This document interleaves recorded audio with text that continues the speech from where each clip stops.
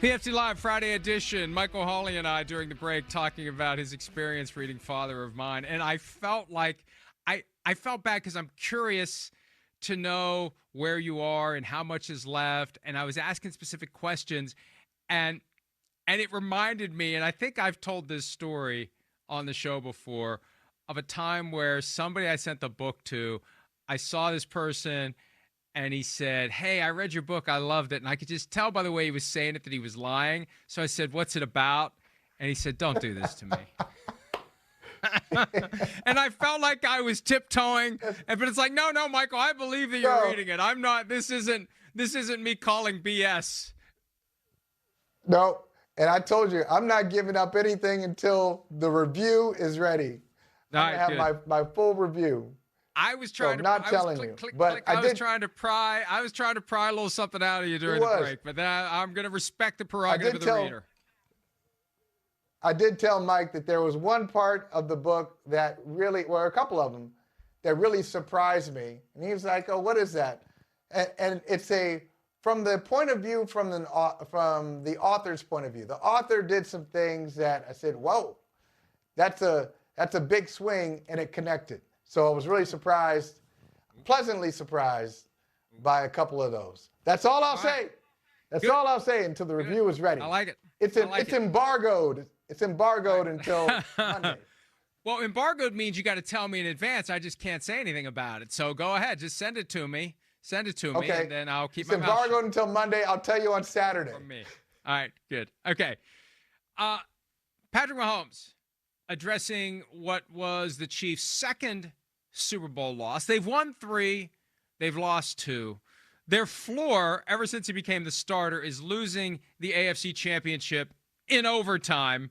It really is nuts to think how successful the Chiefs have been. Here he is recently talking about losing the most recent one and how they're trying to carry that forward. You have that bad taste in your mouth from the last time you stepped on the football field, and you kind of have to hear about it all off season. So it gives you the push that you want to go out there and be better and show what we're really about. Yeah, that's the goal. That's what they need to do. And it's very matter of fact and very serious.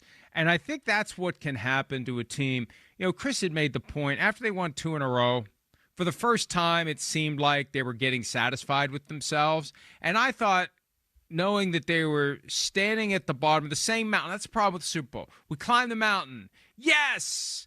All right, what do we do next? Well, go back down and climb it again. Okay. Well, we climb the mountain again. Yes! What do we get? Well, we go back down and try to climb it again.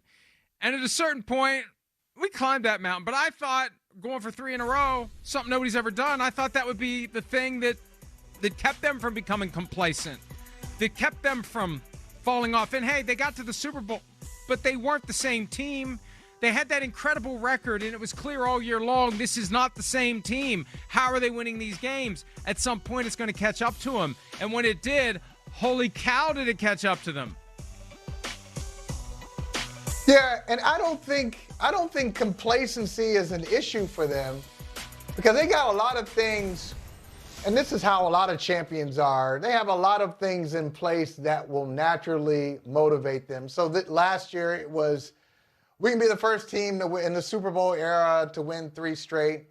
I hear people talking about, I hear Mike Florio talking about Joe Burrow, so that's incentive. I'm going to show that I'm not afraid of Joe Burrow or anybody else.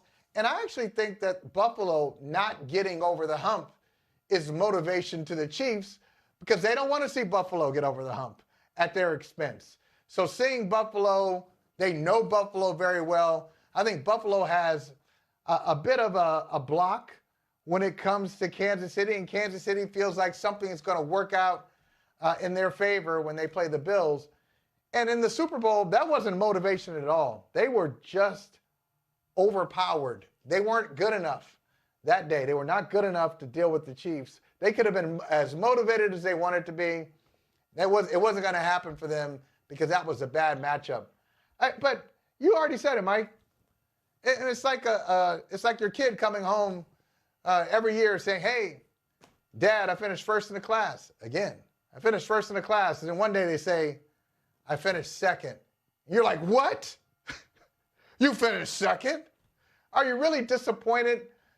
I mean, they're still the class of the AFC, and even after the draft and free agency, I haven't seen anybody who has surged past Kansas City. What's amazing about the Chiefs, especially last year, because they weren't as good as they'd been, and it's almost like they were pulling a MacGyver routine week in and week out to win these games, and they kept like finding a way, like that weird blocked field goal when the Broncos had them beaten at home halfway through the season. There was always something that was going right. You know, some teams feels like there's always something that goes wrong. For the Chiefs last year, there was always something that went right.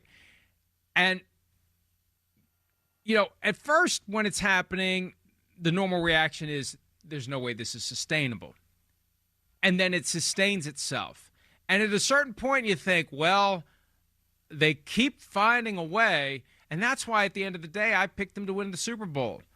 They're going to keep finding a way, but they walked into a buzzsaw. And, you know, when you're dealing with a team, and there was some connective tissue to the Chiefs all the way back to Tebow Mania, where Bill Belichick knew there's only one way to beat Tim Tebow. You have to destroy him. You have to, by halftime, the game's over. There's no amount of water on which he can walk that is going to get him to where he needs to be by the end of this game. He's down 35. There's no 35-point second half in Tim Tebow. And I felt like it was the same thing with the Chiefs.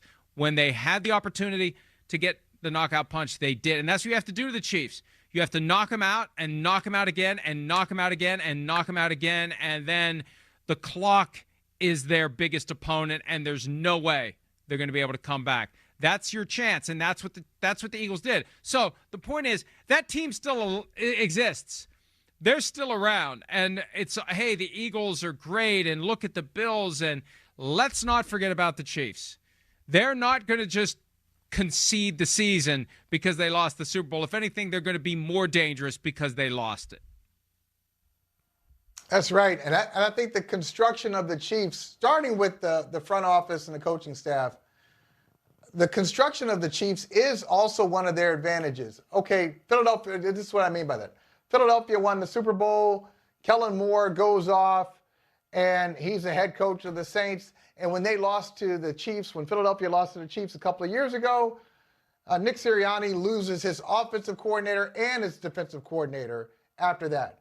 Well, Kansas City, just because of the way the NFL is set up, I don't think Steve Spagnuolo is going to get another opportunity. He's a fantastic defensive coordinator, but maybe it's ageism, or they just don't, people see him as a D coordinator and not as a head coach.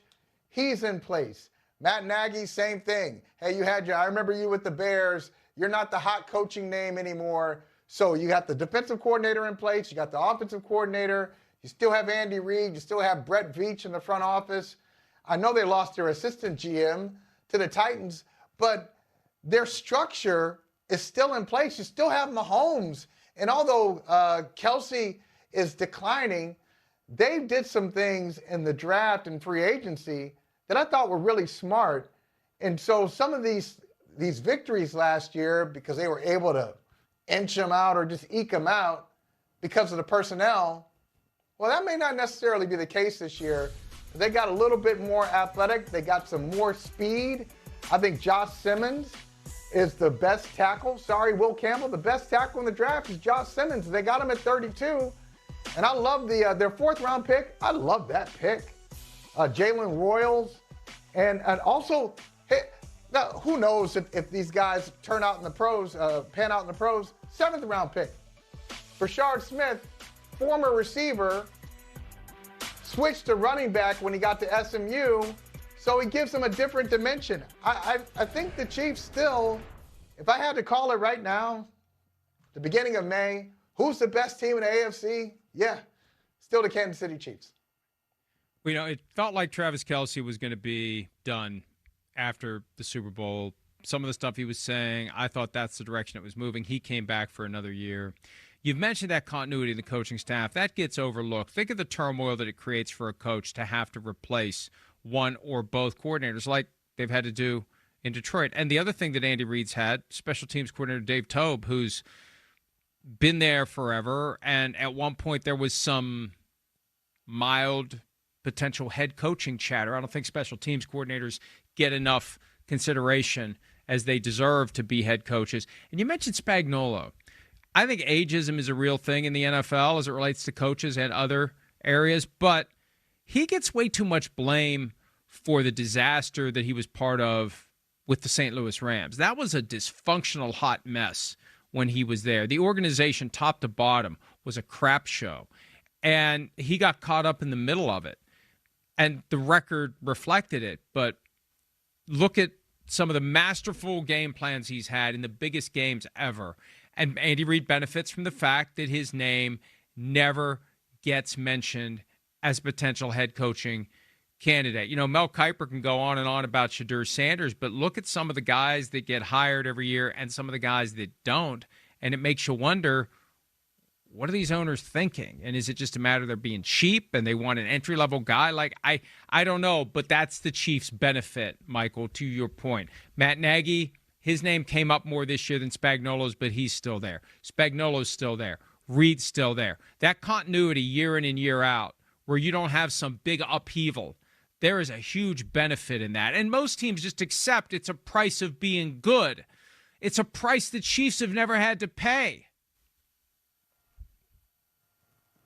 That's right. I mean, they did it, and I guess the continuity kind of just went out a bit with Eric Bieniemy. But didn't you get the sense that with Bieniemy, when Bieniemy went on and went to the Commanders, that he could have, if they wanted him to stay, that they didn't have to leave. It's not like Bieniemy left to become the head coach somewhere. He left to become the Commanders' offensive coordinator. We know it didn't work out. But that was something that a lot of times it's another team coming to poach your talent. That seemed like, hey, we're at the end of the road here. You should probably go off and do something else to advance your career. So, no, the league hasn't really come at the Chiefs and said, hey, we're going to dismantle you. We can't take Patrick Mahomes and Kelsey and Chris Jones, but we can take some of your front office people and some of your coaches who help make you successful. It really hasn't happened.